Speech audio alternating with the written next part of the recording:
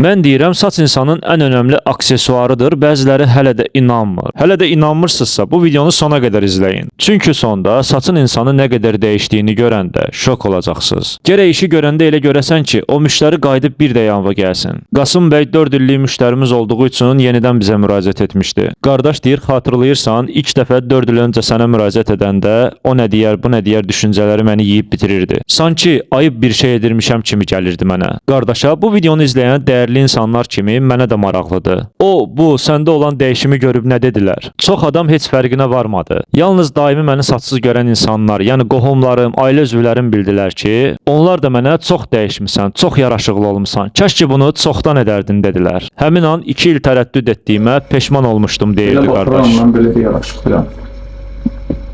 Amma belə yox. Yox, amma saç daha yaxşıdır. Saç insanın öz güvənidir.